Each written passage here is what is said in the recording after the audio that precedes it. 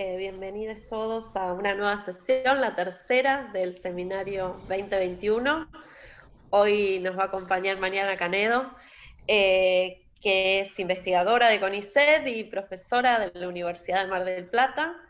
Y su trabajo se llama Vaivenes en el entramado del poder institucional en la campaña durante el Estado de Buenos Aires, 1854-1860. Les vamos a pedir que si pueden silenciar todos los micrófonos para que no haya interferencias en la exposición. Y bueno, después de escuchar a Mariana, abriremos los comentarios y las preguntas. Así que, Mariana, te dejamos para que inicies. Bueno, primero agradecerles a todas y a todos por estar hoy compartiendo en esta reunión.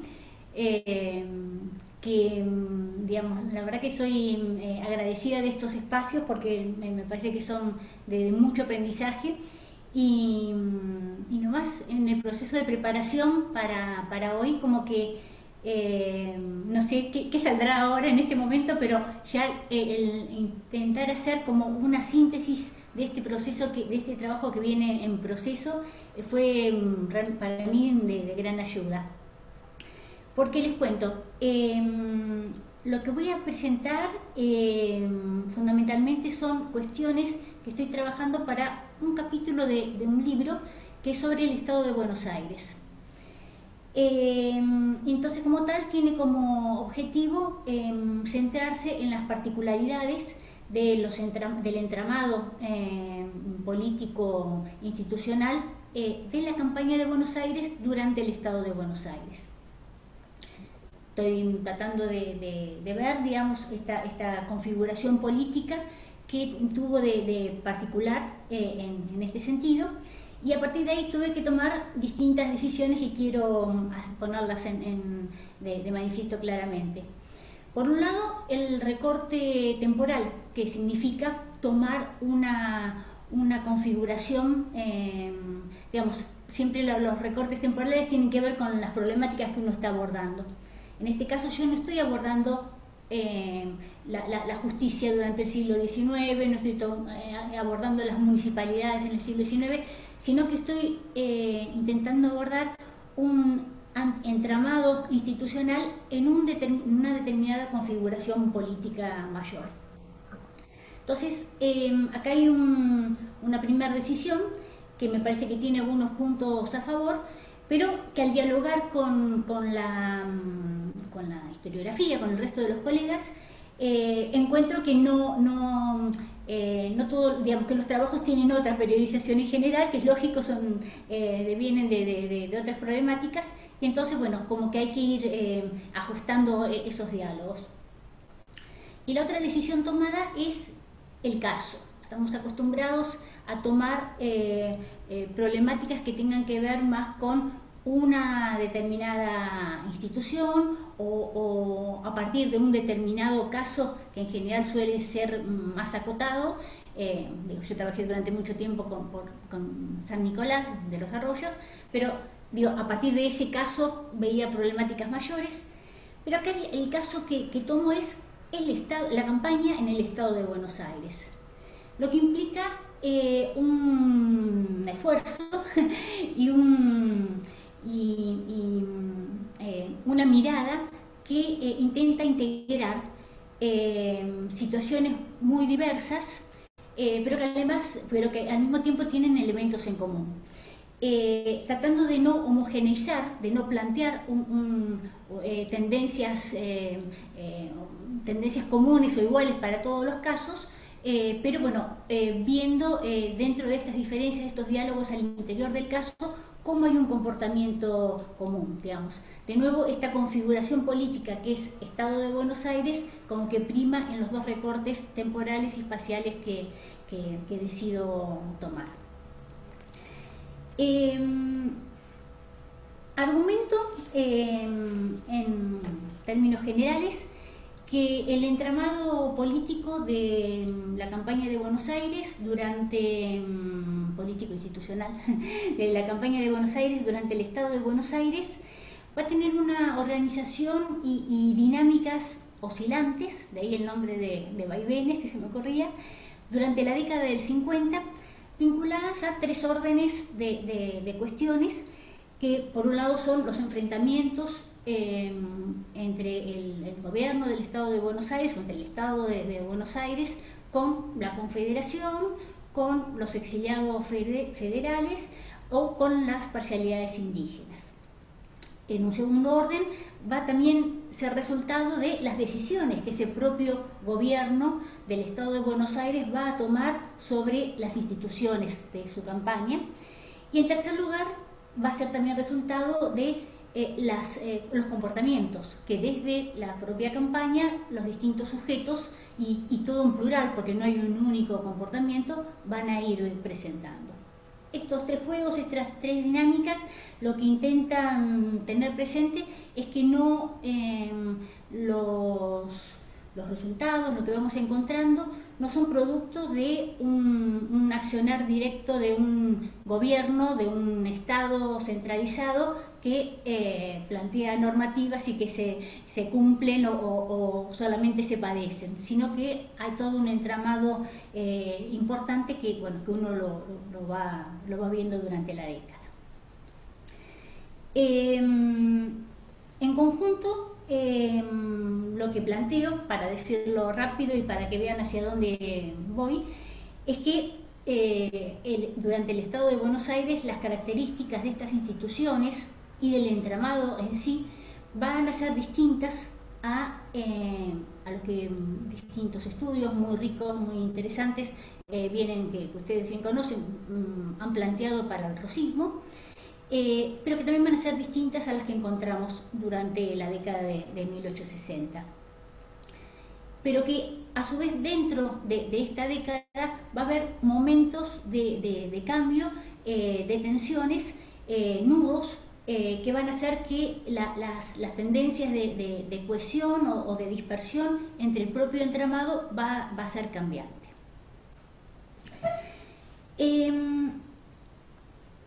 Con estas consideraciones voy a plantear dos más, que es de alguna manera plantear el caso. Yo les decía que voy a tomar el Estado de Buenos Aires, pero no dejar de recordar, sobre todo acá que es un ámbito federal,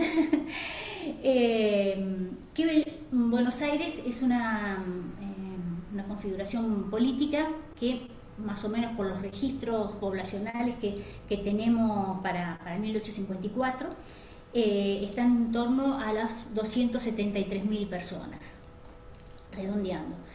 Y que estas 273.000 personas, el 65% de esta población, 180.000, reside en la campaña de Buenos Aires.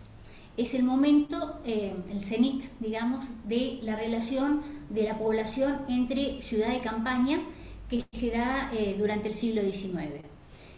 Sabemos que los distintos estudios han ido marcando cómo Buenos Aires se conforma con es una ciudad muy poblada, con un asentamiento fijo, residentes mucho mayor que su hinterland, que su pequeño hinterland, y cómo la población de la campaña ha ido creciendo a partir fundamentalmente de migraciones internas, todos los trabajos de Juan Carlos y de Raúl y nuestros que han puesto en evidencia este proceso, y que en torno a la década de 1820 va a ser el momento en donde por primera vez la campaña va a aumentar, va a superar en cantidad de pobladores a la ciudad.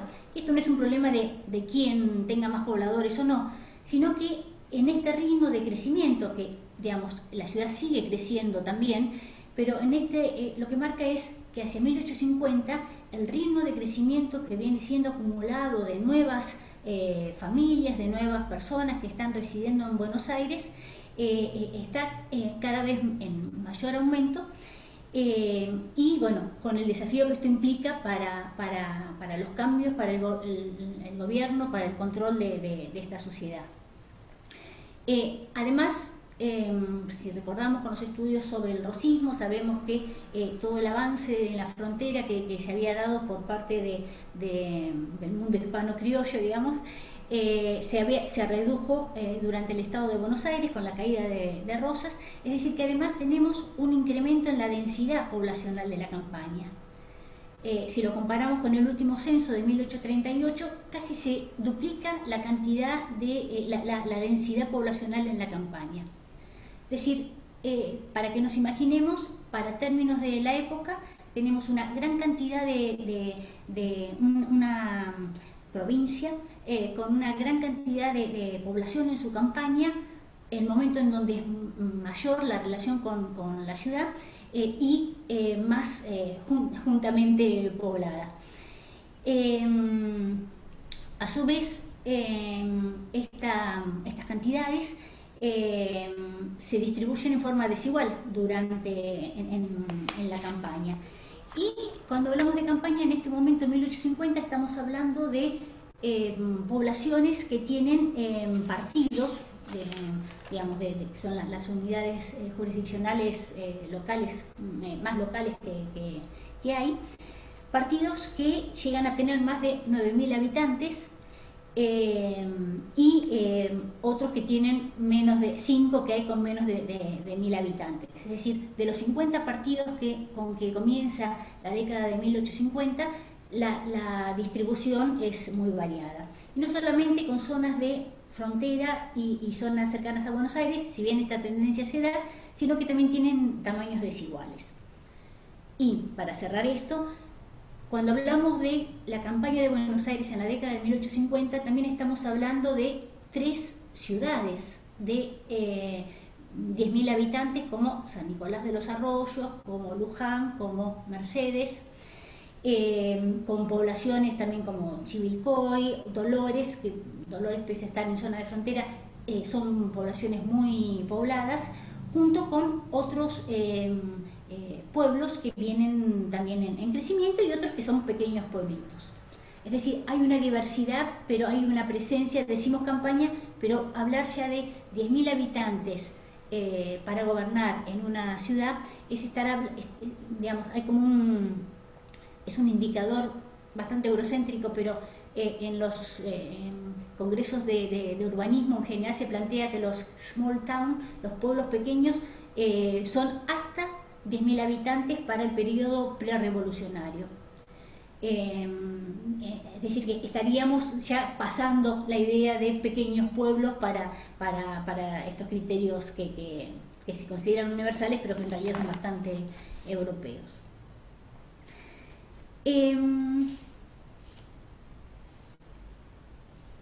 Una última aclaración, porque no la voy a desarrollar durante la charla, es que también Buenos Aires, después del proceso, surgir a Buenos Aires como un gran puerto de salida de la plata de Potosí, después del proceso de reestructuración de la caída, de la ruptura con la monarquía, va relativamente rápidamente a reconfigurarse como un lugar de exportación agraria, con una economía agraria pujante, bastante flexible, y que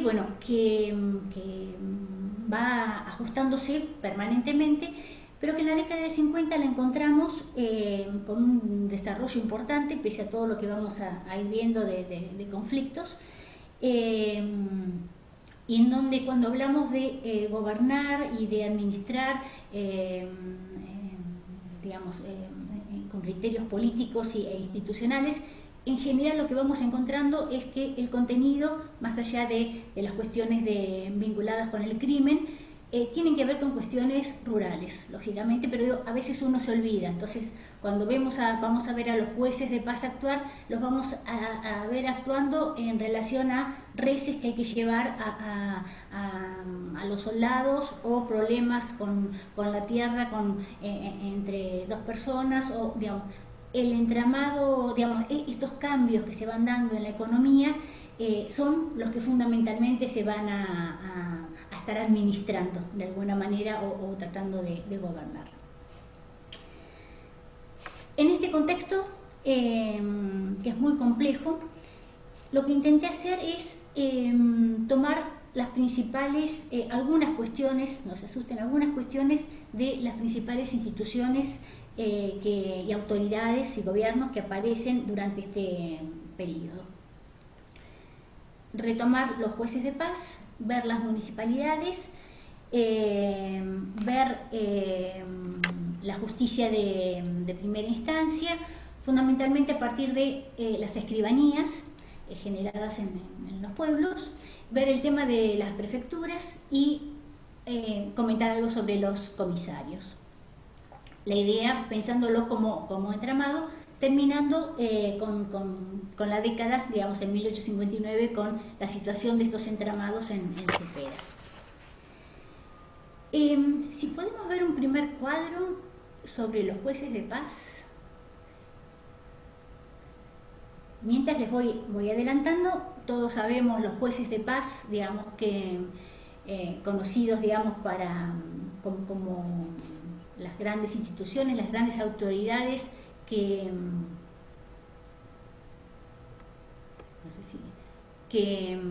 aparecen bien. Ahí está, el primero. Gracias.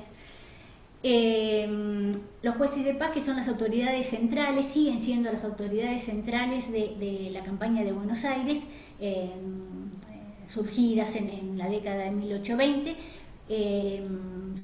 digamos, junto con funciones de comisarios en esa década, y obviamente también de justicia menor, aparecen siendo uno de los pilares del sistema de poder de Rosas, como bien plantean Jorge y Raúl en el libro sobre Rosas,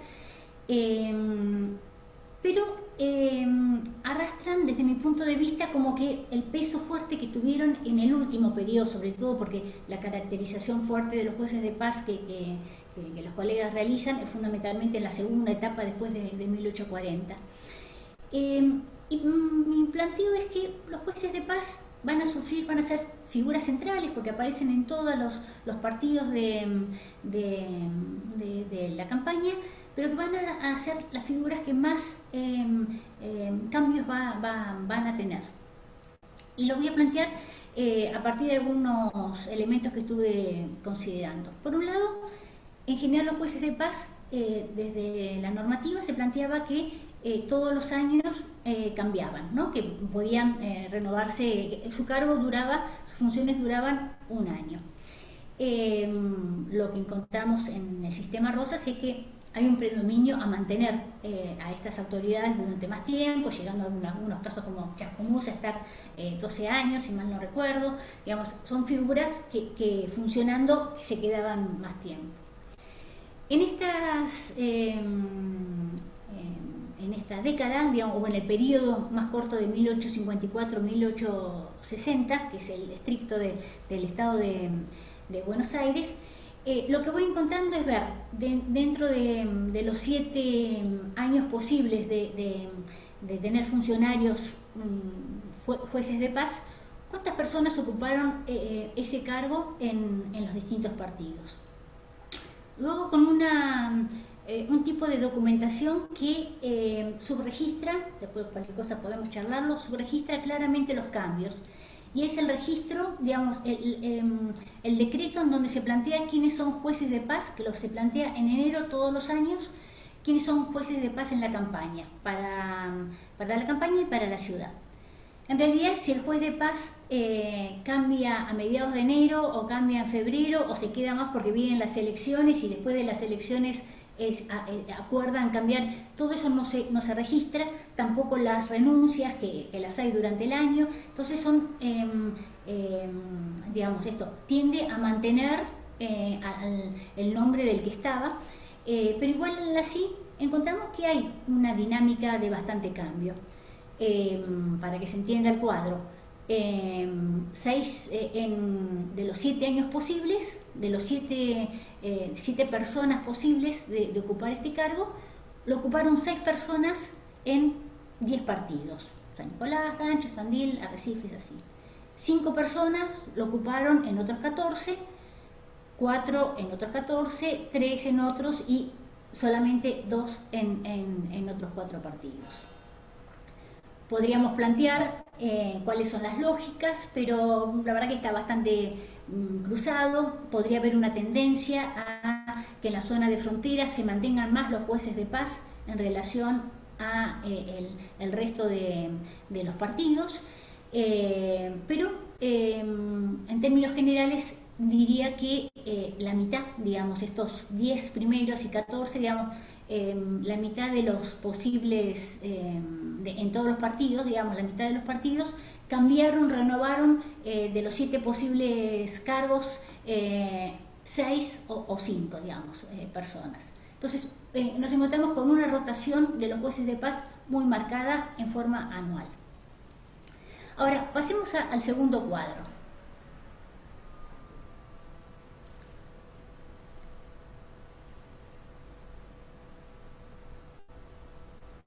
Acá.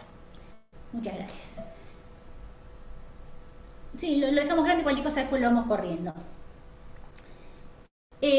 Yo planteaba que, y que puede parecer obvio, que hay que este entramado institucional se encontraba afectado por los enfrentamientos que aparecían entre el Estado de Buenos Aires con la Confederación, con las comunidades indígenas. Bueno, veamos, acá lo que intenté ver es no desde la normativa, sino desde el lugar de las situaciones prácticas, qué cambios hubo de corte fundamentalmente político o institucional que afectó a la figura del juez de paz en los distintos años.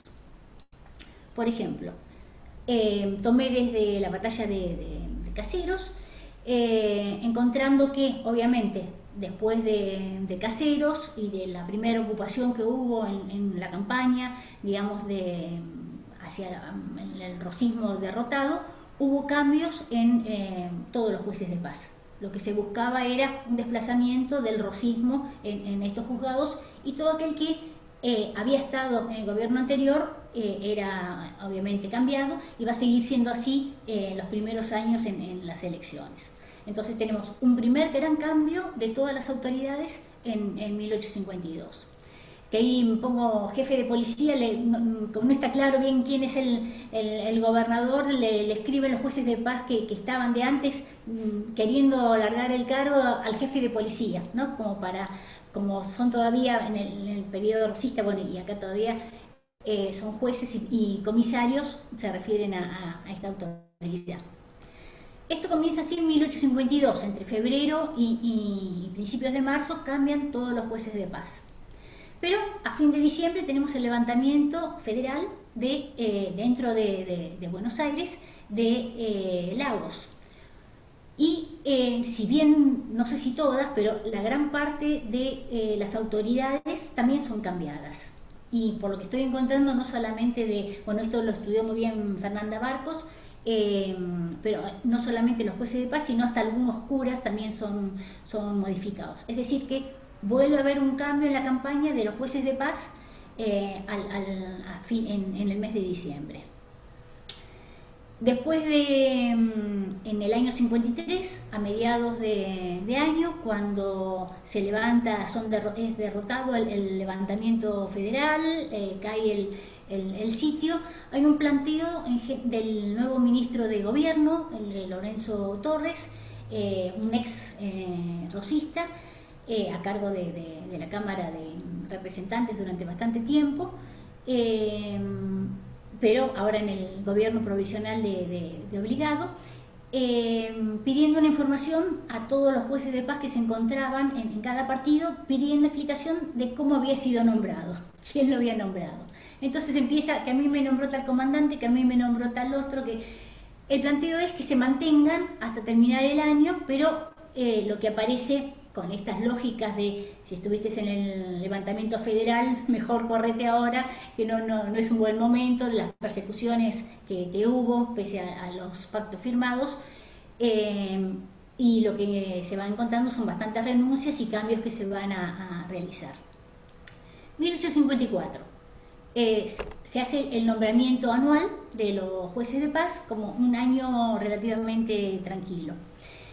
En febrero se les propone a estos jueces de paz que nombren comisiones de comisiones municipales, que son comisiones de vecinos nombradas por ellos mismos, mientras todavía no se había sancionado la Constitución de Buenos Aires, todavía no estaba la ley de municipalidades, pero mientras tanto que tengan entre 4 y 6 vecinos que los acompañe con las tareas, ¿no?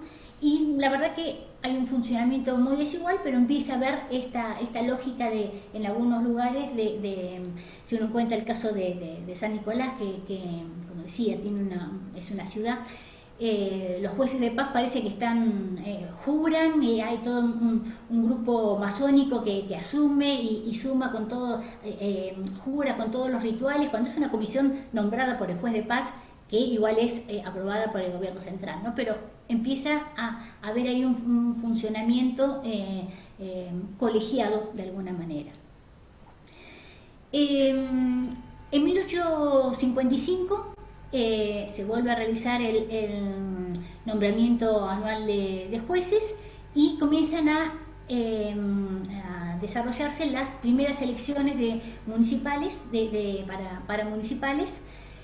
Porque si dos características van a tener las municipalidades, que después vamos a ver, es por un lado que son colegiadas, pero a diferencia de estas comisiones municipales, las municipalidades de campaña tienen a sus integrantes, a los municipales, electos en forma directa. Estas primeras elecciones van a ser muy complicadas, no me quiero extender demasiado, pero tienen enfrentamientos todavía de todo el periodo anterior, impugnaciones, cuestionamientos sociales, divisiones, facciones propias dentro de los pueblos, que al ser en la localidad no hay un margen como hay en las elecciones de diputados o de senadores de equilibrar, bueno, votan acá, estas elecciones no se consideran, pero bueno, total, votaron tantos acá, puedo seguir adelante. Acá tiene que haber un resultado concreto en cada lugar, por lo que la elección va a llevar bastante tiempo. En marzo se realizan varias, hay muchas apelaciones, varias caen, en mayo se vuelven a realizar, bueno, terminan siendo aprobadas en el mes de diciembre por Alsina y siendo ministro de gobierno, con un gran trabajo de juntar los expedientes, como de alguna manera él ahí fundamenta, pero realmente uno encuentra un trabajo de archivo de todas las elecciones realizadas, quiénes eran, después se pide si siguen aceptando, si no, bueno, todo este proceso se va a dar y está el juez de paz como una autoridad muy vinculada, en 1855, muy vinculada a este proceso de las elecciones. Además de intervenciones o llegadas de exiliados federales que en distintos momentos del año van llegando. En el 56 se hace el nombramiento anual de los jueces, se implementan las municipalidades a partir de fines de enero, con un entramado desigual según los casos. En otro trabajo lo he planteado diferencias, en algunos no hay acuerdos entre el juez de paz nombrado por la autoridad central con los municipales electos, el caso de Chascomús, que terminan renunciando todos los municipales y asumiendo al año siguiente. En Dolores, cuando hay como cierta tirantez, uno va encontrando hasta que bueno, va a cambiar al año siguiente. En San Nicolás, esa comisión municipal que venía le da continuidad a este proceso de las municipalidades. Entonces, hay como tensiones diferentes según los casos, pero estamos en torno a las 38, 40 municipalidades que se van a conformar en los dentro de los 50 partidos que va a haber. Uno de los requisitos para que haya municipalidades es que haya un pueblo, y no todos los partidos de frontera lo tienen. Algo importante a tener en cuenta es que por la ley de municipalidades, los jueces de paz, a partir de la implementación de las municipalidades, son elegidos, siguen siendo elegidos por el gobierno central, pero a partir de una terna presentada por los propios municipales. Ese tema no fue discutido cuando se sancionó la ley, pasó sin, digamos, ni en diputados ni en senadores, pero la verdad que va a tener, no sé si problemas, pero uno va encontrando en las actas municipales discusiones sobre quiénes son, cómo es la terna, y bueno, y el gobierno eligiendo a partir de esta terna, pero limitado el gobierno a esta propuesta de los propios municipales. Año 57, nombramiento anual a partir de las ternas municipales, y se van a discutir en julio la ley de comisarías rurales, que separa las funciones de policía del juez de paz. Se van a generar los prefectos, después vamos a hablar en septiembre, pero que va a afectar a todas estas instituciones. Y bueno, y en octubre se van a presentar las nuevas ternas municipales. 58, seguimos con nombramientos de jueces de paz a partir de la terna municipal. Y, antes ya asume Alsina como gobernador, y en el 58, a pedido del gobierno, es explícito, se modifica la ley de municipalidades en 3 aspectos, que me parece que obviamente no son casuales. Por un lado, que las ternas de los municipales para la elección del juez de paz, que el gobierno pueda o no pueda llevarles el apunte y considerarlas en la elección del juez de paz. Es decir, las municipalidades siguen planteando ternas, pero el gobierno puede o no puede considerarlas. Otra modificación tiene que ver con la situación para votar de los extranjeros, que en general se los plantea como ciudadanos pasivos, digamos, pueden elegir pero no ser elegidos, y bueno, hay toda una discusión que era bastante, igual no queda claro cómo después se va a aplicar, pero no me voy a meter en ese tema. Y el tema de los serenos, que ustedes saben que los serenos es un cuerpo de seguridad importante, que estaban en manos de las municipalidades, y acá se cobraba a todos los por puerta y por ventana, se iba cobrando en cada pueblo un impuesto, y con eso se pagaba el sueldo. Eso va a seguir funcionando, pero van a empezar a depender directamente del Poder Ejecutivo.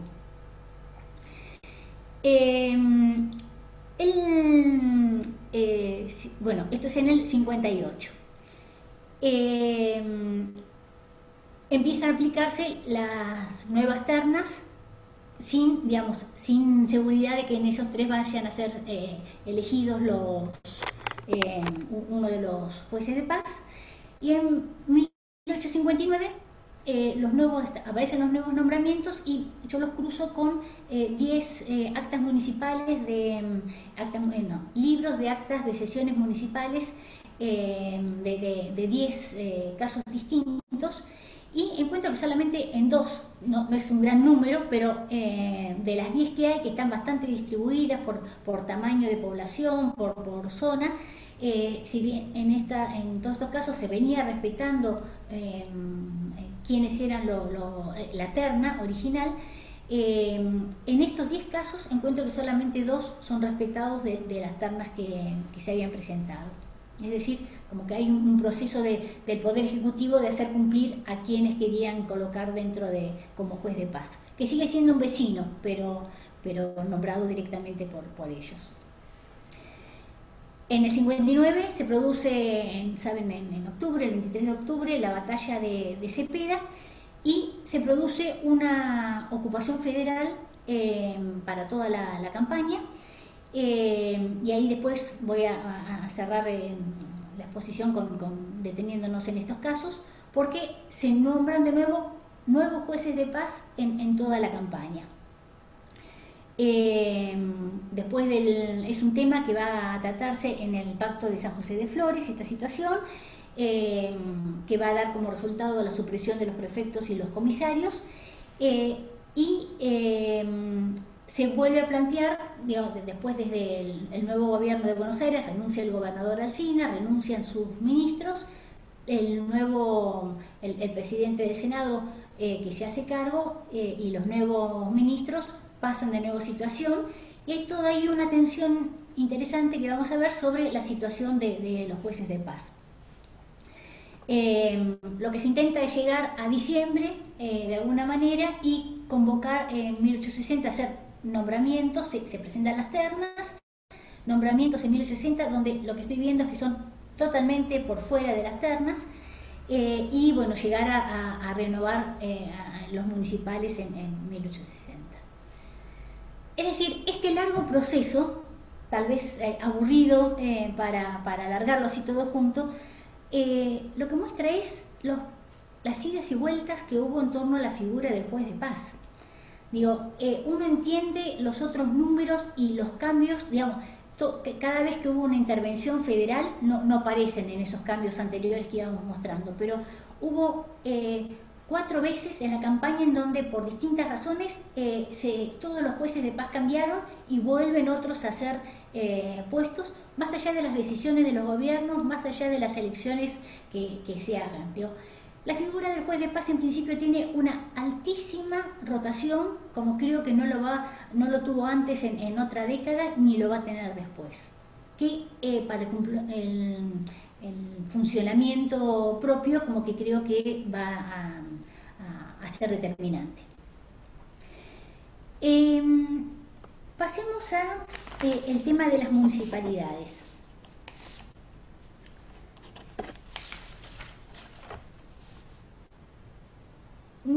Digamos, la municipalidades, la verdad, hay un mapita con municipalidades, no sé si lo podemos poner. Ese. Que acá pido disculpas porque estaba intentando borrar, que no tuviese los límites la provincia, me lo hicieron de buena onda, con mucha ayuda, pero ubicar el relieve, ubicar asentamientos indígenas, pero sin que yo dijera nada me metieron una Argentina y un Uruguay. Me quería morir, pero no lo sé borrar. Está muy bueno, está logrado, está con mucho detalle, pero no sé qué, el nacionalismo que agarró ahí, ponerle Argentina además. Y Uruguay como para, no sé, para marcar qué, Argentina.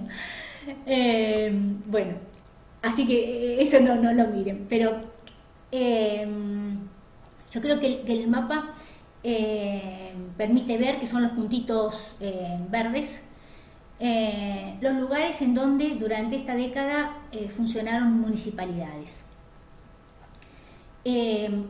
Recordemos que es una zona de llanura, una zona donde hay algún problema de comunicación, cuando llueve mucho y se anega y los arroyos crecen, pero que en realidad, digamos, se encontramos cercanas unas de otras, la cantidad es realmente importante, estamos hablando de entre 38 y 40 municipalidades funcionando durante toda la década, en algunos casos alguna más, pero digamos, algunas son más irregulares, pero hay un buen funcionamiento. Y las municipalidades, yo la verdad que creo que no solamente porque lo vengo trabajando, me parece que son instituciones claves para entender la década del 50 y ni que hablar las décadas del 60 y los funcionamientos y los vaivenes que va a haber en los procesos de centralización o descentralización del poder. No porque hayan sido maravillosas, digamos, o porque todas llegaran a cumplir todo lo que se le pedía, digamos, desde el gobierno central uno va, si lee la ley de municipalidades y todas las potestades que se le entregan a las municipalidades y todo lo que se piensa que debería ser, y cada ley que se va sacando sobre el tema hay algún inciso que tiene que ver con las municipalidades y cómo tiene que intervenir la municipalidad, cosa que en la mayoría de los casos no logran hacer, digamos. Y además, como suele pasar, leen la normativa desde sus propios intereses, interpretan, conocen, no conocen, hacen su propia lógica, sus propias prácticas, y logran una regular institucionalidad que además, como digamos, de un primer cuerpo colegiado, y además, como planteaba anteriormente, que tiene como rasgo único que sus integrantes, salvo el juez de paz, es elegido por voto directo y renovado año tras año. Duran 2 años en sus funciones y se van renovando por mitades, bueno, y tenemos elecciones municipales entonces todos los años. Yo creo que no se ha valorizado las municipalidades porque aparecía el juez de paz como presidente de la misma, que es la función que se le otorga, pero un juez de paz que tiene esas características que vimos antes, una rotación mucho mayor que lo que va teniendo, que lo que van a tener las municipalidades. Y cambia con un cambio anual, con situaciones políticas, digamos, como que aparecen, digamos, no le quiero sacar el peso que tiene al juez de paz, porque también tiene otras funciones, pero tiene una inestabilidad. Ahí está, hola, perro. ¿Viste? ¿Te acordás cuando la Teresa decía que Hola. ay, gracias a Dios que se... Una rotación institucional sí, mayor que las propias municipalidades. En este momento, cualquier cosa después volvemos, pero lo que estoy trabajando es la construcción de jurisdicciones municipales en los distintos aspectos. La primera que va apareciendo es lo que llamo una jurisdicción territorial, que no solo empieza antes con el juez de paz planteando los límites del propio juzgado, sino con lo que se llama un ordenamiento territorial y el acceso a terrenos por parte de los pobladores y todo la posibilidad de tener delineados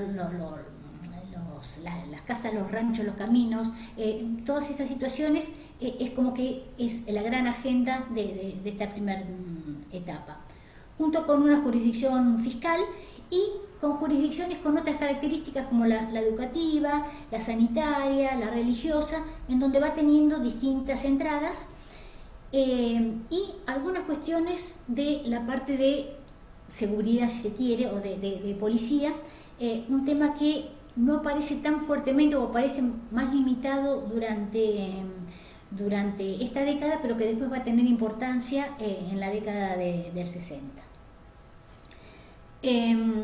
De municipalidades dejaría acá, me parece que, bueno, cualquier cosa regresamos, pero me parece sobre todo plantear su estabilidad, su relativa institucionalidad, digamos, va a haber algunas municipalidades que les va a costar reunirse todos los meses como estaba planteado, y va a haber otras que llegan a las 40 reuniones anuales. Digamos, va a haber bastante diferencia, pero de alguna manera todas van a funcionar. Pasaría al juzgado de primera instancia, que fundamentalmente, digamos, que desde mi punto de vista como que está todavía menos trabajado. Sabemos por los trabajos de Angélica Corva, de Melina Yanjilevich, la importancia que tiene durante esta década la instalación de estos juzgados, que empiezan siendo 2 para la zona norte y para la zona sur. Se abre un tercero en Mercedes, San Nicolás, Dolores y Mercedes van a ser las 3 sedes que van a terminar durante el año. Sabemos de las normativas, del funcionamiento, pero todavía me parece que nos falta acumular más estudios de casos sobre los conflictos o las dinámicas que van teniendo. En ese sentido, yo tomé dos situaciones que están relacionadas, que fundamentalmente una tiene que ver con las escribanías, como bajando este juzgado a la situación de las escribanías. Para no dejar de valorar Mariana, es para avisarte que sí. Perfecto. No, tenés tranquila, 10 minutos, 15, lo que necesites, pero como habías pedido que te avisáramos. De acuerdo. la importancia que tenía, digamos, estos juzgados de primera instancia, que después del sitio de Lagos, cuando se derrota el levantamiento federal, es lo primero que se va a instalar. Así como cuando Urquiza se hace cargo de la ciudad de Buenos Aires y nombra toda una comisión, lo que va a nombrar es la municipalidad de la ciudad de Buenos Aires, aunque después no se logre implementar. El juzgado de primera instancia, después del sitio de Lagos, es también lo que se sanciona. Su implementación va a ser más lenta, pero bueno, dice sobre la valoración que hay en la época. Las escribanías son un pedido que aparecen primero en la primera escribanía de registro, que tiene que ver con los contratos públicos, con los testamentos y con los libros de hipoteca, o generar libros de hipoteca. La primera la va a solicitar la comisión municipal antes de la ley de municipalidades, antes de que esté instalada la municipalidad, en agosto de 1855, por acuerdo del gobierno y también del Tribunal Superior de Justicia, se va a otorgar la posibilidad de tener una escribanía en el ámbito de la municipalidad a San Nicolás de los Arroyos. Los costos y los gastos van a estar a cargo del escribano, que va a tener que ser aprobado, digamos, a partir de un concurso.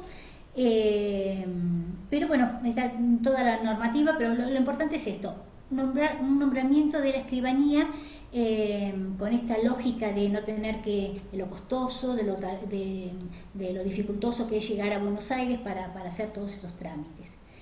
En Dolores va a ser la segunda escribanía y va a instalarse en el 56, se va a hacer el pedido acá a partir del juez de primera instancia de la zona sur, y va a tener más o menos las mismas características, aunque no va a quedar en manos de la municipalidad. A partir de estos casos, lo que hago es buscar con las escribanías, que son instituciones en donde la cercanía y las necesidades hablan de esto que planteaba, ¿no? de los terrenos, de los contratos más cotidianos que van apareciendo, de los testamentos, de esas situaciones de mucho interés. Y lo hago rápido. En los dos lugares van a ser muy conflictivas las instalaciones de las escribanías. En el caso de Dolores, por la persona que es nombrado, que es por la normativa, lo que plantea es que el escribano del juzgado de primera instancia es el que se va a encargar, puede encargarse de esta escribanía, y es Félix Olmo, una persona que, según aparecen en las actas muy secretas, como las categorizan, es una persona que anda con idas y vueltas, no claro en su comportamiento, y hay algunas acusaciones sobre su persona, no queda muy en claro qué, pero los municipales van a protestar en distintas oportunidades, llegando en algún momento a dejar de funcionar.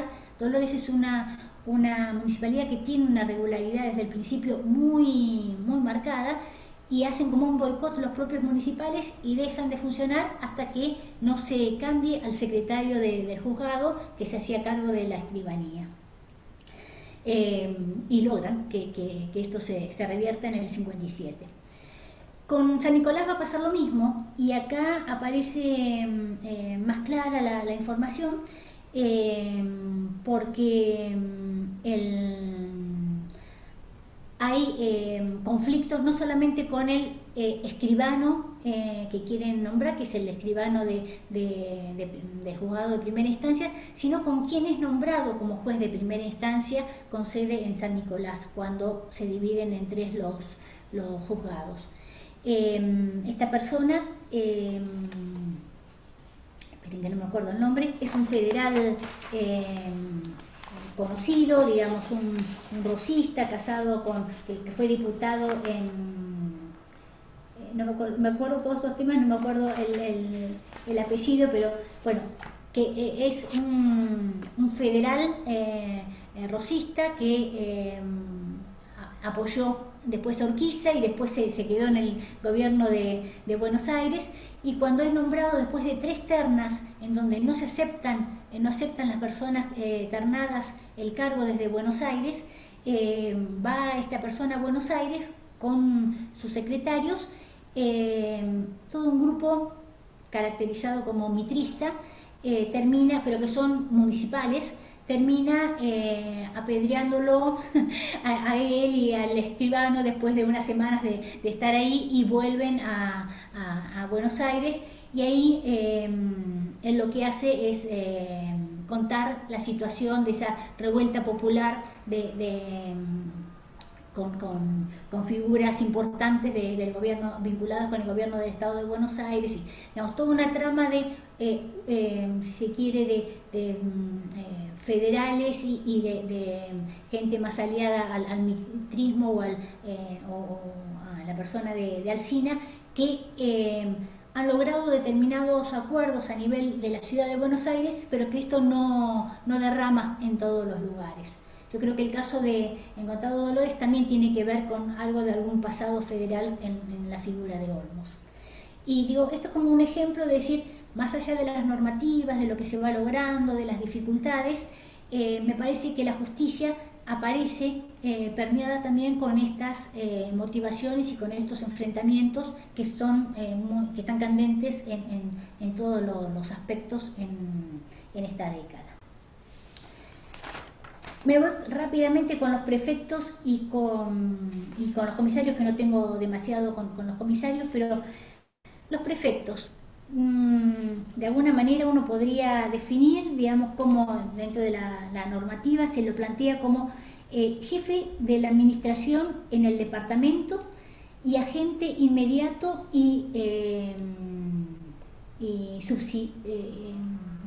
no me encuentro en la letra ahora, pero del Poder Ejecutivo en los ramos de Gobierno, Hacienda y Guerra. Es decir, es una figura que se encuentra en Hispanoamérica, en distintas regiones, ha sido muy estudiada para el caso de México y para otras provincias. También hay estudios realizados de nuevo por Melina, por Carlos Heras, en unas décadas atrás, donde tenemos una normativa muy clara de los prefectos, de lo que son, pero de nuevo me parece que es una figura que merece mayor atención, fundamentalmente porque son 8, no voy a hacer cargar ahí mostraba un mapa con los departamentos, pero no tiene importancia, no perdamos tiempo. Son 8 departamentos que se van, donde se piensa reconfigurada la provincia con un prefecto en cada uno. Ahora son muy distintos si uno va viendo las agendas de los propios prefectos, más allá de que están cruzados claramente en estos 2 años que van a durar por los conflictos de la preparación hacia el enfrentamiento que va a devenir en Cepeda. Cada prefecto tiene una agenda propia. Entonces, Melina lo trabajó claramente para la zona sur, pero uno yo tomaba Juan Dillon para la zona del entorno de Buenos Aires, para el departamento 1, y tiene un claro diseño más de ver el ordenamiento territorial, ver el funcionamiento de las elecciones, fomentar el pueblo de Merlo, digamos, como que hay una agenda propia realmente distinta. También hay que repensarlos, me parece, en el sentido de cuáles son las figuras, quiénes son realmente, porque no he llegado a hacer todavía un trabajo lo intensivo que necesita, pero no son gente tan alejada del propio territorio. Juan, digamos, y en general tienen experiencias de gobierno. Juan Dillon, digamos, tiene una zona amplia, pero fue juez de paz de Morón, la misma zona, y Morón está en el mismo departamento donde va a funcionar. Claro, es distante de San Fernando o de otras, localidades de la zona, pero es, digamos, está dentro de su propio departamento. San Nicolás de los Arroyos van a ser 3 prefectos en estos 2 años, pero los 3 están vinculados a San Nicolás de los Arroyos y toda esa región. Entonces, no son tan ajenos a las localidades, al medio en donde se encuentran. La pregunta, como para cerrar esto, que me parece que a lo mejor nos podríamos hacer es: ¿por qué no vuelven a aparecer los prefectos o jueces políticos o jefes políticos, como se los llaman en otras zonas, en Buenos Aires en lo que va del siglo XIX? Son figuras que no habían aparecido antes, no son como los comisarios que había una experiencia en la década del 20, pero no vuelven a aparecer, por lo que conozco, con esta lógica hay prefectura naval, pero digo, debe tener otra lógica. Los prefectos no vuelven a aparecer como autoridad. Y esto no tiene que ver solamente con Alsina, que es el que siempre lo viene promocionando, y es verdad, porque son realidades que comparables con otras regiones, como planteaba. Si uno toma la normativa de las prefecturas que se aplicó en Buenos Aires, estaba leyendo para Michoacán, y son muy similares, digamos, hay una circulación en las normativas muy clara. Entonces, podía haber en otros procesos de descentralización recuperado esta figura. Y a mí me parece que habría que pensarlo, o que se podría pensar en 2 sentidos. Por un lado, que las prefecturas llevaban implícita un tipo de organización sociojurídica jerarquizada, que me parece que es un cambio con lo que venimos viendo hasta el momento. Uno puede encontrar hasta los jueces de paz, las municipalidades, las escribanías, pero no hay una instancia, digamos, que habla más de procesos jurisdiccionales con distintas bases territoriales que se superponen, como veníamos viendo, digamos, muy casi del sentido de antiguo régimen, que no tienen que ver con esta lógica del prefecto actuando directamente desde el gobernador y considerando, entrando en relación con las otras autoridades, pero en un criterio de control y de superioridad. Entonces, me parece que la figura de los prefectos tensiona aún más problemas que las propias sociedades de campaña tenían, y que hacen eclosión, vamos a ver, en torno a Cepeda. Y el segundo aspecto que me parece que también es importante, para pensar por qué no vuelven las figuras de los prefectos, es que, o las prefecturas en general, es que están asociadas a configuraciones territoriales distintas a las que se venían manejando. Hasta este momento, en forma creciente, venían los partidos políticos funcionando, y acá esta idea de departamentos, que no se va a llegar a realizar, divididos con partidos que van a tener otras jurisdicciones, pero que además van a estar subdivididos en cuarteles y en secciones, como que la figura propia del departamento marca un cambio en la forma de pensar, de concebir el territorio de la campaña.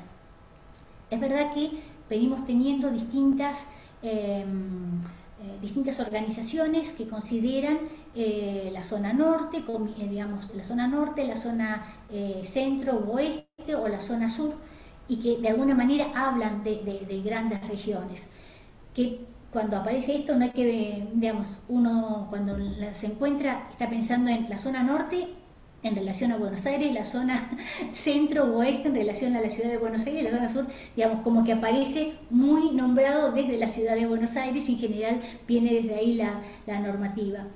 Pero esta idea de los departamentos me parece que tiene que ver, leyendo un trabajo de Carmagnani, él plantea que los liberales, él lo está pensando para fines del 19, pero que salen de la figura de territorio y pasan a la figura de región, o intentan tensionar hacia regiones más amplias. me parece que tiene que ver algo de esto, ¿no? Con las configuraciones territoriales que no tienen unidades en sí y que, bueno, a instancias de quienes instauraban estas prefecturas quería que hubiese cambios, pero que, bueno, que no tenía que ver con las lógicas que tenía la propia campaña. De los comisarios, y para cerrar, no tengo me parece que es el gran ausente que estamos teniendo. Sabemos que son 25, tenemos el nombre de varios, sabemos los conflictos que hay, aparecen claramente como los chicos malos de toda esta película, ahora los vemos en Cepeda, pero me parece que necesitan, que ameritan un trabajo de seguimiento, acaso, quiénes son, qué perfiles tienen, cómo se van configurando de acuerdo a las zonas. Lo que estuve pispeando también es que los perfiles sociales, políticos de cada uno son bastante distintos, entonces, digamos, necesitamos como que ordenar esa figura que aparece como los comisarios rural, digamos que seguimos teniendo vigente el trabajo de Raúl para la década del 20 como grandes concepciones, pero que acá me parece que estas 3 décadas han marcado cambios en la sociedad y que amerita que ajustemos mejor quiénes son estas personas que ocupan estos cargos. Y ahora cierro rapidito con lo que planteaba para Cepeda, y en donde me parece que, digamos, ¿qué pienso en conjunto de este entramado institucional? A mí me da la impresión de que con una figura del juez de paz que no tiene que ver con lo que van diciendo al defender digamos, Alsina y varios plantean del juez de paz que va asumiendo distintas funciones, que yo en realidad en la práctica no lo voy viendo acumulando funciones. Creo que al contrario, que se le van delimitando, que va compartiendo funciones con otros, igual siempre sigue siendo central en la campaña. Pero con las figuras de las municipalidades y estas ternas, me parece que hay una primera cohesión que se va dando, en donde en esos años en que los jueces de paz aparecen nombrados por las ternas, esos jueces de paz fueron municipales o lo van a hacer durante el Estado de Buenos Aires en un 60%. Digo, hay como todo un mismo grupo que se va cohesionando entre los jueces de paz, no todos, pero entre muchos, y se ve mucho menos en la frontera esto que estoy planteando que en el resto de las jurisdicciones, y que en torno a estos cambios, digamos, que llega esto claramente hasta el momento que también lo ve el gobierno, y Alsina plantea esto de la posibilidad de despegarse de esta terna. Después de despegarse de esta terna y nombrar gente propia del gobierno de Buenos Aires, ese mismo año va a llegar Cepeda, y después de una ocupación federal en todos los poblados, hay un acuerdo, ya se había intentado realizar antes, pero bueno, este proceso de mediación que realiza Solano López, en nombre de la República del Paraguay, para mediar entre la Confederación Argentina y el Estado de Buenos Aires. Y en uno de los puntos, hay 3 puntos en donde la mediación parece estancarse, que son 3 puntos que pide la gente, los comisionados de la Confederación, según Guido plantea, él mismo fue, para que aceptar que el gobierno de la Confederación se vaya del territorio, que era uno de los pedidos que hacía Buenos Aires para poder aceptar el tratado. Los 3 pedidos son: primero, que renuncie lo que llaman la administración de la provincia, claramente que renuncie Alsina y que renuncien sus ministros, cosa que al principio no se quiere, pero que se logra. Un segundo pedido es que todas las autoridades militares que fueron cesanteadas por Buenos Aires de Buenos Aires, que fueron cesanteadas por federales de 1852 en adelante, sean incorporados, y además que se les pague los sueldos atrasados. Esto va a ser aceptado, va a ser negociado, cuánto de los sueldos van a pagar o no, pero en general, como se considera, digamos, pagar los sueldos atrasados, pagar los sueldos presentes es difícil, para los atrasados mucho más. Y el tercer punto, que hacen y que lo plantea Guido con carácter indeclinable. Después, según plantea Solano, logra a través de Urquiza sacarle ese carácter y se logra el Pacto de San José de Flores, es que Buenos Aires reconozca las nuevas autoridades, los nuevos jueces de paz nombrados en todos los partidos de la campaña.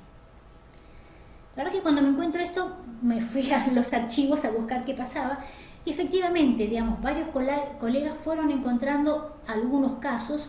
Pablo, que lo veo por ahí, tiene un caso muy interesante trabajado para el caso de Varadero, reconstruye cómo se da ese proceso.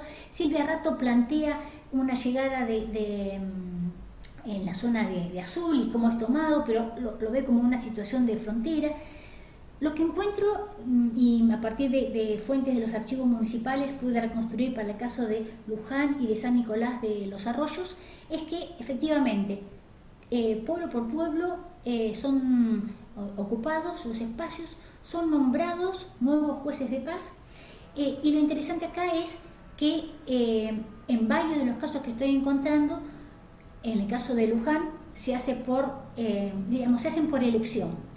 En el caso de Luján aparece el juez de paz nombrado, explicando, digamos, que hubo una especie, no dice la modalidad, pero pareciera como una asamblea donde se eligió de alguna manera su cargo.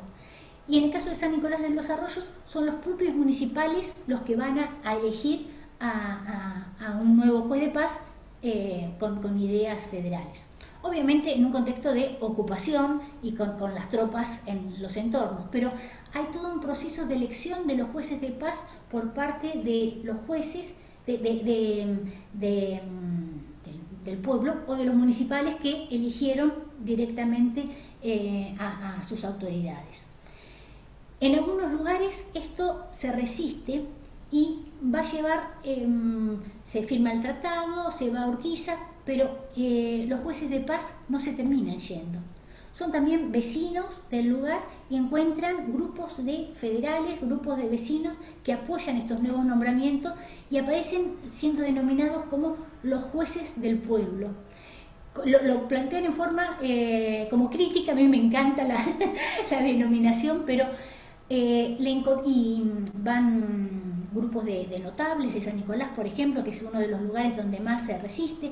Aparece en un diario de Rosario, creo que es el Confederado o la Confederación, apoyando a los vecinos de San Nicolás y de todos los pueblos de Buenos Aires que quieren elegir a sus propias autoridades. Digamos, hay como que una vuelta en torno a Cepeda, que después, bueno, vuelve para atrás, los logran desarmar, Tejedor uno por uno, y a la gente que es nombrada en 1860 no tienen nada que ver casi diría, con muchos de los que estuvieron funcionando durante la década del 50, y me parece que ahí comienza otro proceso. Pero me parece que esto de Cepeda, de alguna manera, y con esto termino, concentra varias líneas, digamos. Lo que estamos viendo como lo que solemos tratar como un enfrentamiento entre la Confederación y el Estado de Buenos Aires, que aparece de enfrentamiento por arriba, un poco como lo trata Scovi, ¿no? de los enfrentamientos entre las distintas autoridades, cómo lo fueron discutiendo y planteando. Tiene como que su correlato con otras instancias a ras del suelo. Y me parece que las tensiones que estaban acumuladas en este entramado jurisdiccional, que va tomando un rumbo hasta el 57 y que en el 58-59 busca ser centralizado a partir de desvincular al juez de paz, la elección del juez de paz de las municipalidades, a partir de generar estos comisarios de campaña, a partir de generar la figura del prefecto, va a ser también eclosión en torno a Cepeda. O por lo menos se toma claramente en esta manifestación, que obviamente, digamos, además plantea que seguía muy vigente este enfrentamiento de modelos de construcción del Estado provincial y del Estado nacional. Bueno, aprovechemos que hice un cierre. Bueno, Mariana, muchísimas gracias, un placer escucharte. La verdad que es sumamente interesante. Así que bueno, abrimos ahora ronda de preguntas, intervenciones. Si quieren pueden pedir la palabra por el chat o habilitar los micrófonos directamente.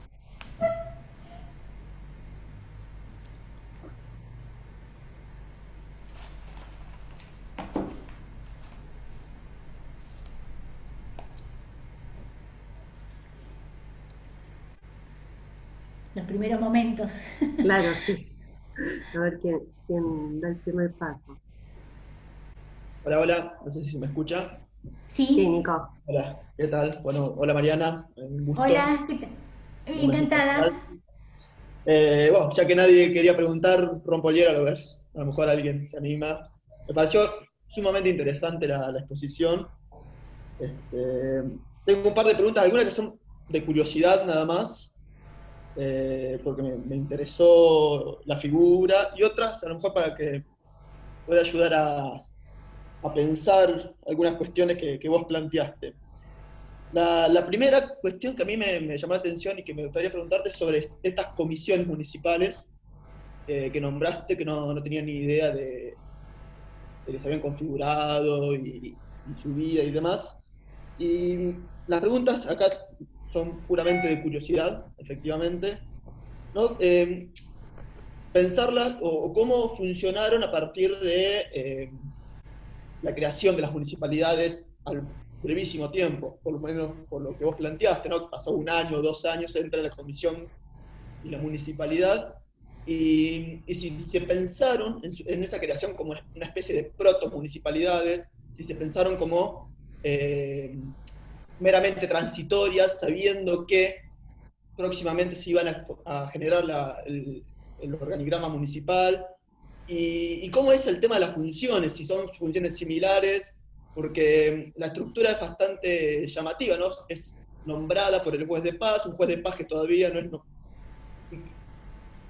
Me llamaba mucho la atención cómo después se invierte el rol, porque después los municipales son los que nombran el juez de paz. Entonces, cómo la generación de la estructura municipal modifica de alguna manera, y no tanto, pero modifica de alguna manera, cómo se está entendiendo la relación, o cómo se está entendiendo el poder local en relación al poder provincial o central, ¿no? Y cómo se están tensionando de diferente manera esos dos poderes y demás. La segunda cuestión tiene que ver justamente con esa idea o esa cuestión de los jueces de paz como presidentes de la municipalidad ya. Porque también me volvió a llamar la atención por el mismo, o en relación a la misma cuestión de esa tensión entre poder local y poder central, que es cómo entendían o cómo se debatía la cuestión de, por ejemplo, la autonomía municipal, ¿no? En esta cuestión, ¿no? La municipalidad tiene que formar una terna para elegir el presidente de la municipalidad, que sería el juez de paz. Ese presidente lo nombra el poder central, y después, directamente, en un momento, siguiendo tu relato, el poder central ni siquiera le interesa esa terna. Puede nombrar otro sujeto, otro vecino, por fuera de esa terna, que va a terminar siendo el presidente de la municipalidad. Entonces, ¿cómo se entiende ahí el poder local? ¿O cómo reacciona ese poder local frente a esta imposición, por decir de alguna manera, del poder central? Y por último, y para cerrar, también me interesó mucho el tema de el prefecto y los prefectos. Y vos te hacías una pregunta que era ¿por qué no sobrevive la prefectura? Y diste un par de hipótesis y demás. A lo mejor también estaría bueno pensarlo, cómo es que no sobreviven los prefectos y sí sobreviven los jueces letrados, que a la postre es el mismo fenómeno lo que está sucediendo. Vos dijiste una cuestión de ahí de entra en colisión la disposición territorial de los partidos y la creación de departamentos que vendrían a ser los prefectos. Sí. Perdón, se me fue la audición un momento, repetime la tercera. Entonces, la prefectura, la pregunta claro, ¿cómo era? A lo que yo voy es, si a lo mejor la cuestión de el desarrollo de la justicia letrada, ¿no? A partir de la distribución departamental que hace la justicia letrada, o que genera 3 departamentos judiciales, ¿cómo es que eso sí fue posible que sobreviviera o que funcionara y no justamente la división administrativa, cómo funciona dentro del entramado judicial y por qué no funciona dentro del entramado administrativo político.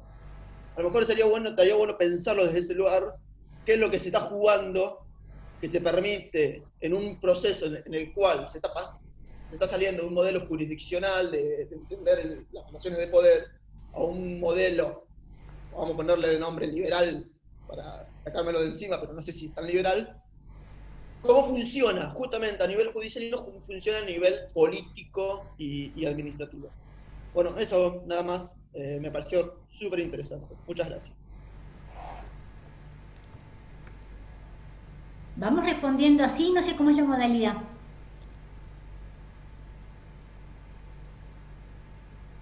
Si hay alguna pregunta más, podemos sumarla y si no, a lo mejor te escuchamos, bien, Mariana. Para empezar, estas tres. Dale. Perdón, Nicolás, ¿vos trabajás sobre Córdoba? Sí, hice mi tesis doctoral de Córdoba. Porque he leído entonces algunos de tus trabajos, la verdad que me gustan, pero no te ubicaba con cara. Pero qué bueno.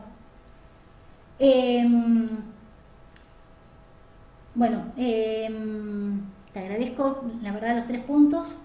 Las comisiones municipales, la verdad que yo creo que fue un descubrimiento, ¿no? Digamos, esto de poder distinguir entre comisiones municipales y municipalidades de campaña, cosa que muchas veces aparece mezclada después si se fijan en los textos. Si uno va siguiendo el proceso, yo trato de no adelantarme, digamos, de no ver qué va a pasar, digamos, sabiendo qué va a pasar, pero de tratar de pensar lo que están viviendo en cada momento ellos. Las comisiones municipales surgieron como algo transitorio. Son una herramienta que aparecen, que todavía, digamos, se va retrasando mucho más de lo que piensan el tratamiento de la ley municipal. Es más, el ministro de Gobierno cuando convoca a los jueces de paz que convoquen a estas comisiones, plantea, ustedes saben, digamos, por los diarios, que hay tres proyectos que han estado circulando, pero que todavía falta para el tratamiento de las cámaras. Entonces, mientras tanto, para ir preparando al momento que llegue la ley, les proponemos que hagan esto. Y que nombren entre 4 y 6 personas, que 2 sean extranjeros, que extranjeros pueden ser cordobeses, ¿no? Digamos, fuera de la provincia, y que, bueno, pero ese nombramiento va a estar aprobado por el Poder Central. Y le da una serie de funciones para que realicen, que son, la verdad que es una síntesis después de lo que va a tener la municipalidad. Les otorgan mucho, digamos, cobran impuestos, digamos, intervienen en los distintos rubros, digamos, está como mucho más sintetizada porque son 3 carillas, la circular, pero avanzan en todos los ámbitos. Yo creo que ellos pensaban que mucho antes iba a estar formulada la ley de municipalidades e implementada las municipalidades. En realidad, en Buenos Aires mismo se lo considera que están dilatando el tema. Y entonces tenemos la suerte de, en San Nicolás de los Arroyos de nuevo, que aparezcan estas comisiones. Ellos empiezan las actas de las sesiones de la municipalidad con este periodo y las distinguen claramente como actas de la comisión municipal, y después cambian, hacen un encuentro en el teatro cuando asumen como municipalidad, y ahí siguen en el mismo libro. Entonces uno encuentra el ritmo que en ese caso van a tener, y ahí San Nicolás de los Arroyos lo que tiene de particular que ya está funcionando una logia masónica. Hay todo un grupo, digamos, de gente vinculada, como planteaba, digamos, que jura formar parte de esta comisión, digamos, que no es nada, es una de las tantas comisiones que aparecían en principio, pero jura por la racionalidad, por todos los parámetros de la logia, y se entregan a trabajar con un ritmo increíble. En realidad uno, si va viendo la frecuencia de las reuniones, el ritmo, no encuentra diferencia con después con la comisión, con la municipalidad de campaña. Cuando empezamos a encontrar eso, la verdad que nos entusiasmamos mucho, pero no se replica en todos los casos de la misma forma. Entonces, es más, cuando en el 55, al año siguiente, se van demorando las elecciones, lo que se pide desde el gobierno que el que no tiene conformada todavía una comisión municipal, que lo haga mientras. Y entonces, digamos, como que ahí aparecen nuevas comisiones. Y depende mucho ahí del juez de paz. La verdad que cuánto de cabida da ese juez de paz a esta comisión o no. Y hay zonas de frontera en donde las municipalidades, porque no hay un pueblo, estas comisiones municipales siguen hasta el 57 y hasta el 58. Entonces, como que es un instrumento que surgió, me parece, en el momento, pero que la propia realidad le fue permitiendo dar respuesta. Entonces, como que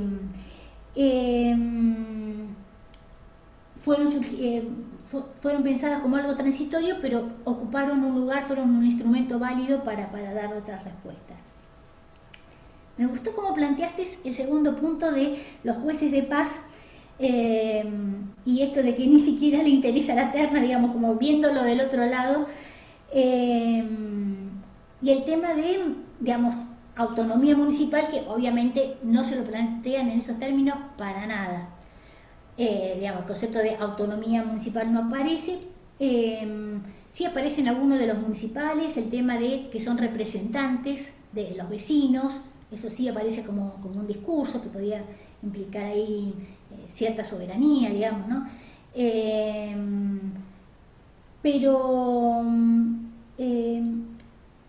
a ver, cuando, digamos, el juez en el funcionamiento de las actas, de nuevo, son 40 municipalidades, entonces hay conformaciones muy distintas. Hay municipalidades, las que más funcionan, en donde el juez de paz acompaña, tiene distinta personalidad y distintos roles, pero que el trabajo de los municipales es muy respetado y hasta por el rubro que tiene, y la verdad que tienen tienen poder, digamos. Y cuando aparecen, por ejemplo, las ternas, muchas veces el juez de paz termina votando a otro que pierde, digamos. Es uno más dentro de la municipalidad, con una rotación mucho más marcada que los propios municipales. Entonces, dentro de la municipalidad, la verdad que me cuesta ver, en algunos casos, la importancia del presidente. Sí, aparece como presidente, digamos, se quejan del presidente, mandan notas cuando no los convocan, digamos, como que aparece como en algunas municipalidades un lugar de estos poderes locales realmente importante. En otros casos aparece lo contrario. Digamos, hay una zona como Lobos, donde hay un juez de paz como Cascallares, que tiene un peso muy importante, y él 2 veces preside la municipalidad, después las deja solas, que funcionen, y hay uno de los municipales que hace cargo, que cuando hay que gastar algo, ahí lo convocan al presidente. Digamos, como que la tiene, sigue siendo municipalidad, pero funciona como un consejo asesor casi.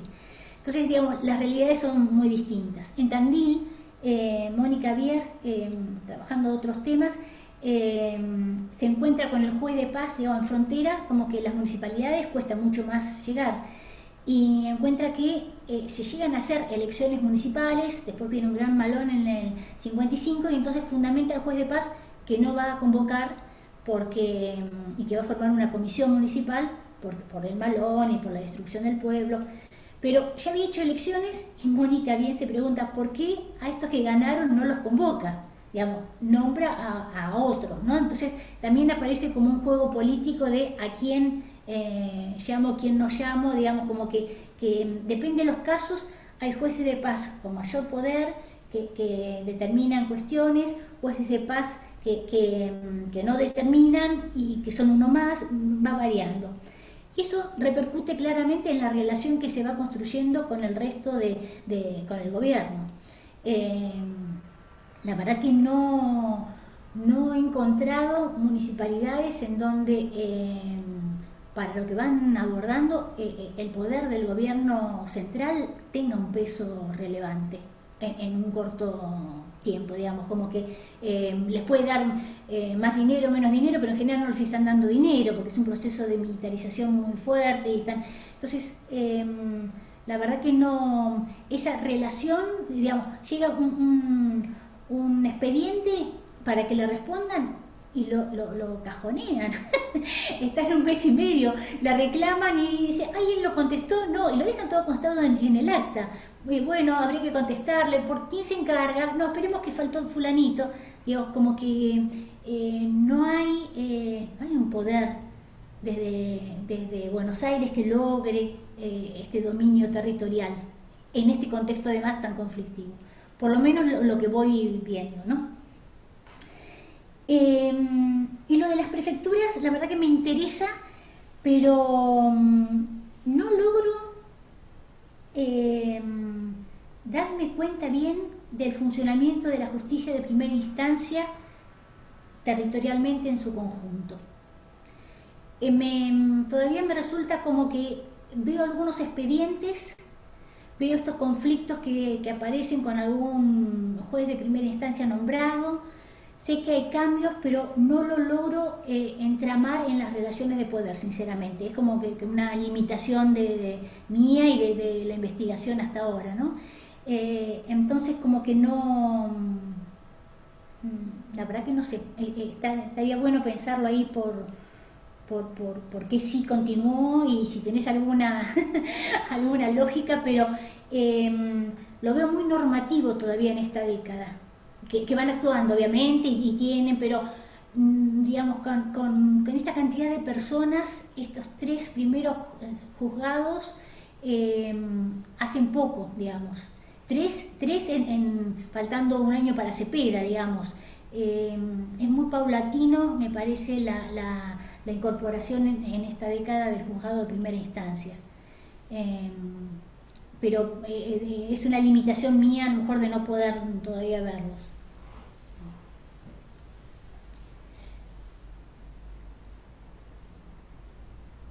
Bueno, Mariana, tenemos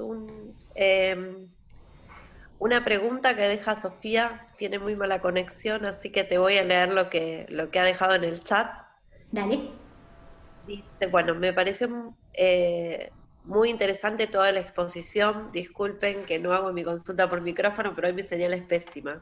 El tema es vasto y tiene muchas aristas, pero me resultó de gran interés ese breve momento de los jueces del pueblo y quería saber si podías ahondar brevemente.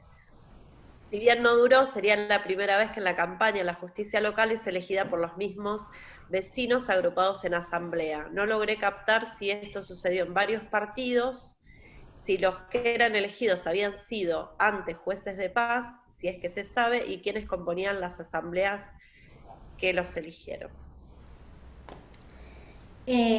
Coincido con Sofía, coincido que es un temón, la verdad que estoy chocha, pero digamos como que no te cuentan mucho, ¿no? Creo que hay que ir a los archivos locales, por lo menos en Buenos Aires, y bueno, esperar que haya.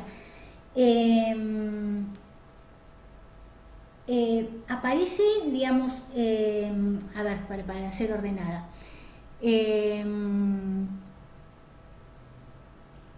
¿Quiénes son los elegidos?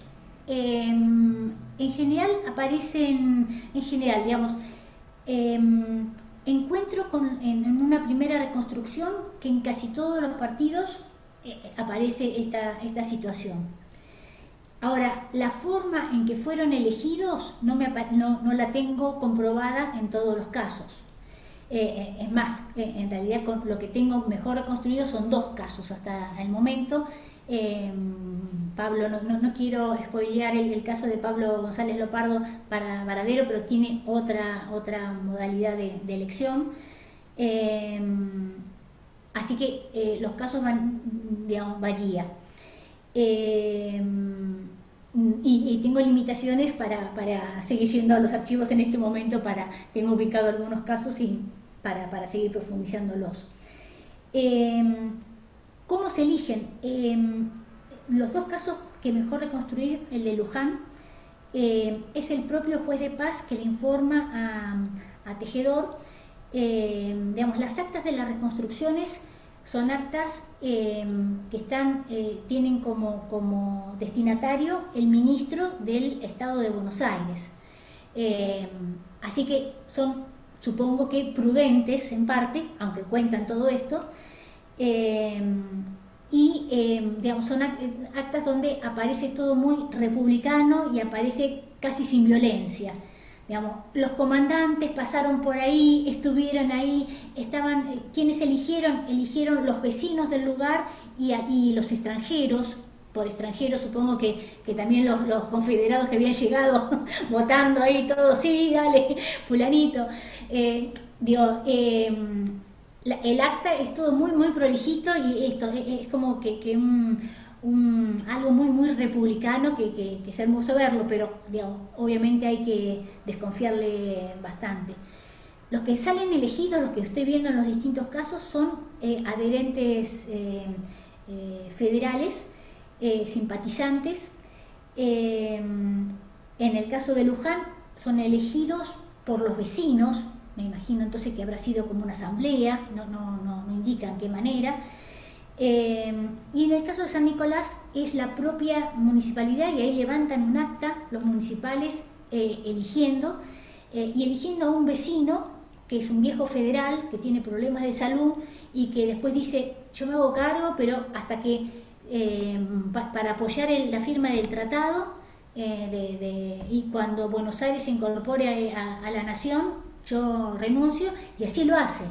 Sale el tratado de San José de Flores y el tipo renuncia y dice: que venga otro, yo no estoy en condiciones de seguir adelante. Bueno, digamos, pero bueno, buscan adhesiones así federales. En cada lado lo que aparece, que me parece muy interesante, es vecinos que apoyan a estos jueces elegidos. Vecinos que en el caso de San Nicolás viajan hasta Buenos Aires y se entrevistan con Tejedor planteándole cómo fue la modalidad, y que renunció el otro juez de paz y que entonces correspondía a este García, que es el que termina siendo elegido, y que es más, cuando presentan la terna después, no le llevan el apunte, pero cuando presentan la terna todos votan a García de nuevo, para que como que posicionándose en el mismo juez de paz. Lo voy teniendo así con pequeñas entradas, pero me parece que es esto. Hay una lógica, es la primera vez y única, por lo menos en la década, en donde aparecen siendo elegidos estos jueces de paz por el pueblo o por los representantes, por los municipales. Toman modalidades republicanas para plantear el discurso de lo que aconteció, y muestran que dentro de la municipalidad y fuera de la municipalidad coexistían adhesiones federales y no federales, que me parece que es interesante como para repensar, digamos, la situación de estos pueblos y la situación de las propias municipalidades. Yo no terminé de plantearlo, pero las municipalidades, en algunos casos, en el 58, uno va encontrando que van teniendo también problemas internos, problemas de gobierno, de cómo llevar adelante, meten la pata en cómo recaudar los impuestos y se meten en gastar para un puente que después les sale más, y digamos como que no es que sea todo fácil para las municipalidades porque se han elegido por la gente, digamos, van teniendo también problemas internos. Y lo que aparece también es que a diferencia de los primeros años, aparecen federales dentro de las municipalidades, y que son federales conocidos. Entonces, digamos, como que hay algo de ese ámbito local en donde coexisten en esta institución, que me parece que es realmente interesante, coexisten distintos perfiles. No sé si... Espero poder reconstruir más casos. Bien, no sé si hay alguna otra pregunta. Ahí, Federico. Hola, ¿qué tal? Bueno, la verdad muy interesante. Me parece que el planteo que haces con el recorte temporal es certero, porque a veces los recortes que hacemos parecen caprichosos, ¿no? Termina el gobierno de Rosas y empieza una nueva etapa. Todos estudiamos hasta el 52, del 52 al 62. Yo vi como bastantes continuidades entre el último periodo de Rosas y 1860, y entre 1840 y 1860, y lo que hace, lo que a mí me interesaba en ese momento, que era la persecución de los campesinos y de los pobres, digamos, para el reclutamiento militar. Yo creo que eso sigue un poco así, digamos, me parece que hay una violencia mucho mayor sobre la población de la campaña después de 1852, pero ese periodo me parece que también es especial por lo que vos decís. A mí me costó muchísimo estudiar y entender eso porque básicamente era un caos. Nunca terminaba de entender quién era enemigo de quién. Circula mucha gente por la campaña en lo que se llaman las gavillas de salteadores, que son ladrones, y algunos se los llaman salteadores o anarquistas, pero no son eso, son montoneras, o es el ataque federal, más los malones. Al mismo tiempo, en el Juzgado de Paz de Mercedes tenés instalado una parte del ejército. Entonces le pide al juez de paz detenidos para el ejército, y cuando el juez de paz no se lo da, se meten los soldados en el partido y empiezan a pelearse con los alcaldes para reclutar a un vecino. Entonces, este periodo creo que es inentendible si no se entiende que es un periodo de guerra permanente y a pesar de la llegada de los inmigrantes, falta de hombres. Eso me parece que es como central, porque muchas de las presiones del Estado provincial están en función de conseguir gente para la guerra. Y eso deteriora mucho la autoridad del juez de paz, o por lo menos lo presiona. Eso es lo que yo vi en mi trabajo. No tuvo mucha repercusión, no sé si gustó mucho. Pero bueno, creo que esto que vos decís de la inestabilidad institucional y que dentro de este periodo que vos tomás, digamos, una cosa es 1854 y otra es 1858, digamos. Hay como escenarios de cambios muy bruscos en muy pocos años. En el caso del Juzgado de Paz de Mercedes es bastante particular y creo que ahí hay una distinción con Dolores y San Nicolás, porque ahí tenés la justicia de primera instancia. Y el juez de paz está a cargo de la cárcel también. Entonces tiene una pequeña cárcel que era la alcaldía y de repente le pone un juzgado de primera instancia y empieza a recibir presos de todo el partido. Y la cárcel se hacinan los presos, digamos, y todo, que es lo que yo estudio ahora, que la cárcel. Pero en lo que yo vi con los detenidos, digamos, por lo menos hasta 1880, la mayor cantidad de los detenidos en la cárcel de Mercedes son de Chivilcoy, Luján, digamos, de los partidos del departamento judicial que están al lado de Mercedes. Esto quiere decir que el juez de paz de 25 de mayo de Bragado, que está lejos, sigue resolviendo los conflictos en su propio territorio y manda sumariado a casos de homicidio muy graves que valga la pena, digamos, enviar al juez de primera instancia. En este periodo, los conflictos, digamos, entre el juez de primera instancia y el juez de paz, parecería ser como que la comisión municipal está con el juez de paz y no reconoce demasiada autoridad en el juez de primera instancia. Al punto que hay una disputa en el 1856 entre el juez de paz de Mercedes y el juez de primera instancia, y el juez moviliza a los guardiacárceles y una parte de la policía se le mete en el despacho del juez de paz para que le devuelva al detenido. Pero ahí parece como que la comisión municipal siempre cierra filas con el juez de paz. Después todo eso lo otro que es el tema de la comisión municipal, y eso me resulta sumamente interesante, y lo que aparece en las fuentes y también en la exposición es la palabra vecinos. ¿Es la palabra? Vecinos. Vecinos, sí. Que era un poco lo que decía Canzanello, ¿no? Que él lo define como un orden vecinal. Y a mí me parece que esto es clave, porque yo estoy estudiando las actas municipales, voy por el año 1901, ahora empecé en 1954, hace un mes, y las comisiones de vecinos siguen definiendo la vida política de la ciudad. Estoy hablando de la ciudad de Mercedes, que llega a tener 20.000 habitantes en el siglo XX. Y los vecinos son siempre los mismos, la comisión de vecinos es la misma. Forma una comisión de salud, de higiene, controla la higiene de la ciudad y ve los mismos nombres. La comisión del hospital es los mismos nombres.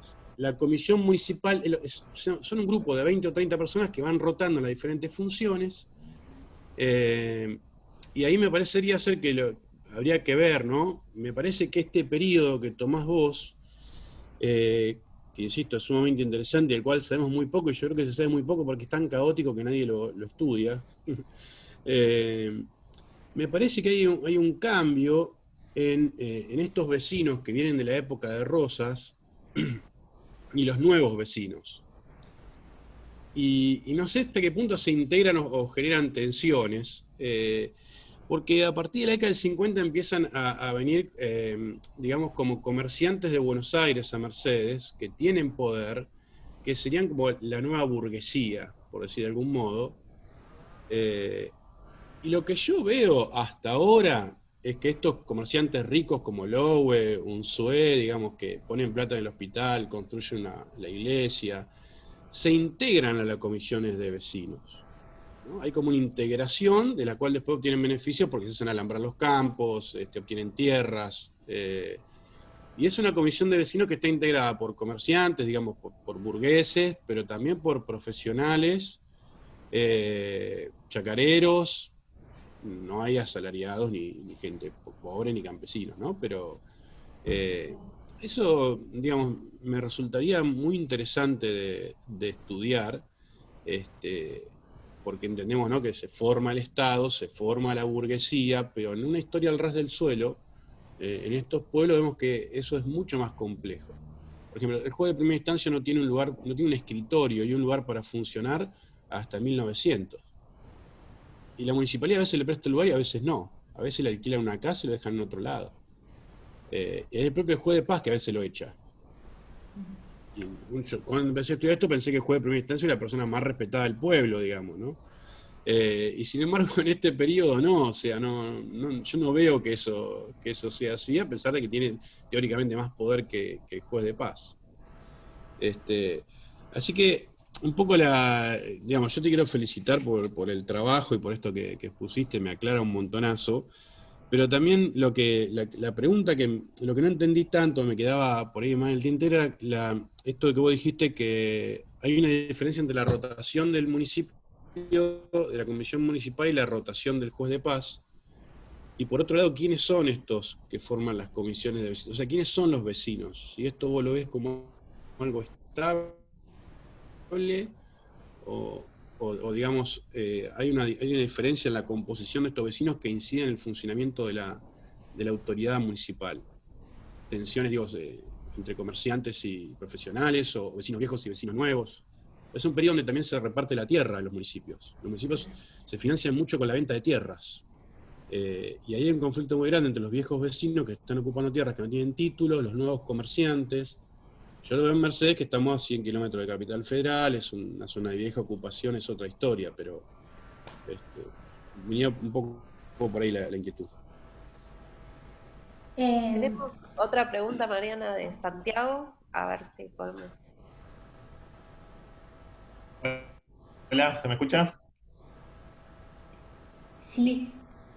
Disculpen, no pongo la cámara porque tengo muy mala conexión también. Bueno, quiero agradecer el poder participar en el seminario y también la charla de la profesora Mariana Canedo. Para mí es muy interesante el tema. Quería hacer una pregunta muy concreta. Vos cuando mencionaste hablaste, mejor dicho, sobre los prefectos, hablaste sobre la instalación de los departamentos. ¿Fue parte, o sea, los prefectos se instalaron a partir de la creación de los departamentos? ¿O ya preexistían esos departamentos? Porque es algo que, bueno, para el caso de... Yo trabajo Uruguay y, bueno, no tengo muy claro, conozco algo, he leído varios de los que están trabajados, que han trabajado sobre los pueblos, pero bueno, no tengo tan presente la cuestión de la organización de los departamentos. En el caso de Uruguay sí está muy vinculado con una idea del ordenamiento territorial y un proceso de centralización del poder del Estado. O sea, eso lo estudiaba en la Frega, bueno, y parece bastante claro, incluso hasta los municipios nunca llegaron a conformarse como tales. En el caso del Estado oriental, por lo menos en el siglo XIX, existían unas juntas económicas administrativas, pero bueno, había toda una discusión si configuraban como municipios o no. Y lo que sin duda es que no tenían el poder de lo que se entendía que debía ser un municipio. Entonces, nada, muchas gracias y eso era nada más. Voy contestando, si te parece, Evangelina. Empiezo por Santiago, que me resulta más rápido. Santiago, yo también te leo y muy lindo tu trabajo, lo que conozco. Los prefectos, bien como decís, digamos que es una lógica bastante borbónica, ¿no? De distribuir el ordenamiento territorial y generar como un cambio en las autoridades, digamos, como que ver por la soberanía y territorio juntos en un nuevo ordenamiento, digamos, son pensados y son sancionados con un cambio departamental que se va a realizar, pero que nunca llega a realizarse. En realidad se plantea directamente que por ahora no, y entonces los prefectos, que van a durar 2 años nada más, como que funcionan con asignado un determinado territorio y moviendo, y que también habría que ver realmente cómo se mueven dentro de ese territorio, pero no se llega a hacer un cambio, digamos, esto territorial. Así que en este caso todavía no va de la mano, porque en principio el proyecto lo deja para más adelante y no hay un más adelante. Pero sí suele estar esto vinculado, y es lo que yo planteaba, de que había como un cambio en esta lógica. De ahí me llevaba a pensar que esta figura del prefecto jerarquizada también planteaba una nueva jerarquización en el territorio, y que, digamos, las dos cosas como que entraban en colisión con este entramado ya tan denso que iba teniendo la provincia a través de los años, ¿no? Federico, varias cuestiones que fuiste planteando, y me alegro escuchar a alguien que también está metido con el Estado de Buenos Aires, y que, bueno, que no solamente los que trabajamos juntos con esto, pero de entender, de compartir lo complejo que es. Yo llegué a dudar de mí misma, digo, no puede ser que esté casi mes a mes reconstruyendo, pero es que cambian, digamos, las tensiones, y digamos, de ver una historia más así procesual y de los cambios, y a encontrarme que digo, no puede ser que hoy está planteando esto de año por año y los meses que van cambiando, pero es como que la dinámica enloquecida que se tiene, digamos, comparto que es muy singular, muy compleja, que tiene como que muchas aristas que hay que estar digamos, teniéndolas en cuenta todas, pero también como que yo, por ejemplo, ahora empecé a dejar, digo, bueno, reconstruir sí toda la parte de la normativa, pero ver en realidad, conocerla, saber qué estaban pensando, por dónde iba, pero ver qué impacto tenía en la práctica en los lugares. Y en este sentido, un poco lo que planteabas, me alegro escucharlo también en el caso de Mercedes del Tribunal de Primera Instancia, porque es el tercero que me faltaba. Si tenés algo escrito o hay algo sobre eso, me encantaría conocerlo, porque, digamos, y un poco lo que planteaba antes, me parece que los tribunales de primera instancia son como que, por fin tenemos en la campaña tribunales de primera instancia, pero que vienen con un proceso en la práctica mucho más lenta, y que tienen un impacto con limitaciones. Lo encontraba, esto que planteaba para San Nicolás, lo encontraba para Dolores, pero no tenía información sobre Mercedes. Así que si tenés algo, me encantaría, o conocés, digamos, casos o situaciones, me encantaría después compartirlas. Digamos, el tema de la cárcel que planteaste, en algún momento también pensaba en considerarlo, y es un tema, la cárcel, el sostenimiento y el mantenimiento, si quienes están en los 3 lugares, como para ver realmente de qué estamos hablando, ¿no? Quiénes son, cómo es la composición social de esas cárceles, además de la material, que es muy limitada. ¿quiénes son los vecinos y cómo van cambiando? Yo también creo que cambian los vecinos en esta década. También, obviamente, depende de los lugares.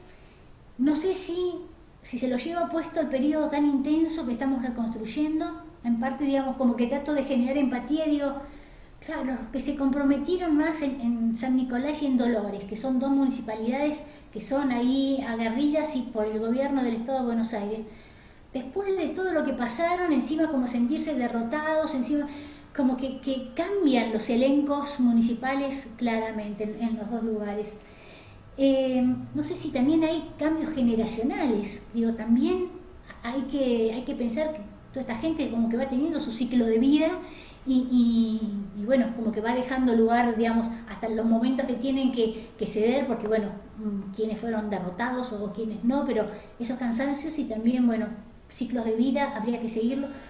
Yo creo que es muy funcional en eso la reconstrucción más biográfica, ¿no?, de estos elencos.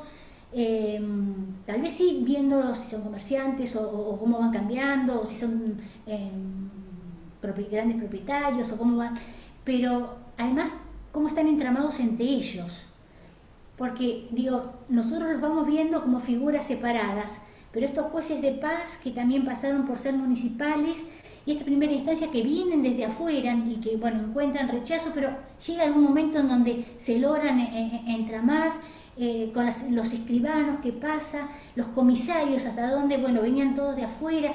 Me parece que hay digamos, los comandantes, digamos, como que ver si hay también lazos, cómo vienen, ¿no?, en este presente tan intenso que van viviendo.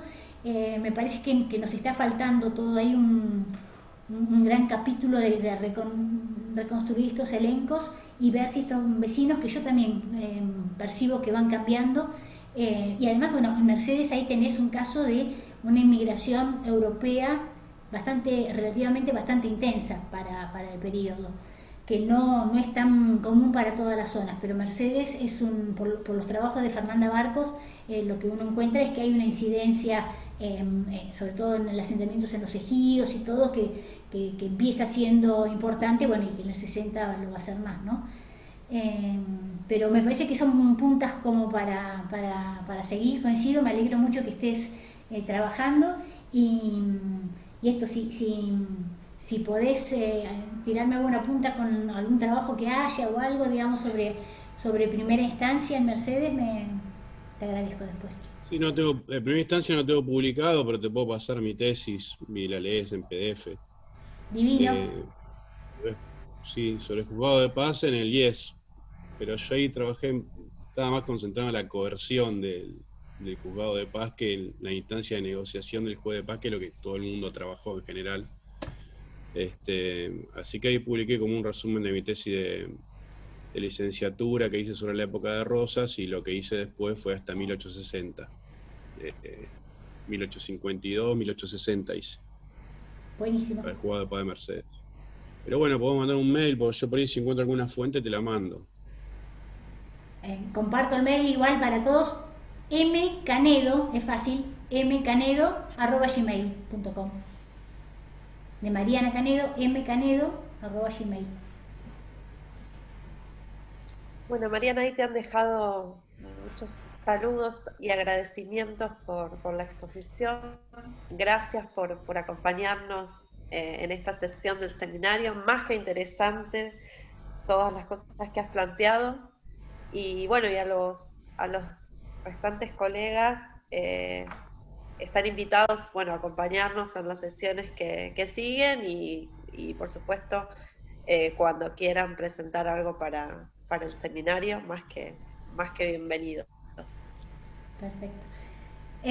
Yo les agradezco a ustedes, la verdad que muy lindo tener estos lugares como con tiempo, como para poder digamos, compartir así ideas, y me sumo, digamos, ahora a esta posibilidad de verlos a varios que no, digamos, los vengo leyendo, pero también de compartir, ¿no? De intercambiarnos experiencias, dificultades, trabajos en proceso, digamos, como que generar estas charlas también con las problemáticas comunes que estamos teniendo en distintas regiones, y Sofía, me encantaría saber cómo andan los jueces de paz de la ciudad.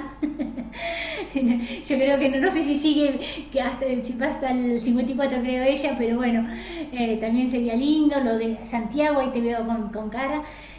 También, digamos, esto de seguir cada uno con los trabajos, digamos, y animarnos a escribirnos también cuando tenemos las dudas y bueno, esto, ¿no? No hacer un trabajo en solitario, sino seguir con esta, creo que es esta idea del seminario, ¿no? De poder agruparnos e intercambiar experiencias, hacerlo también por fuera. Así que gracias.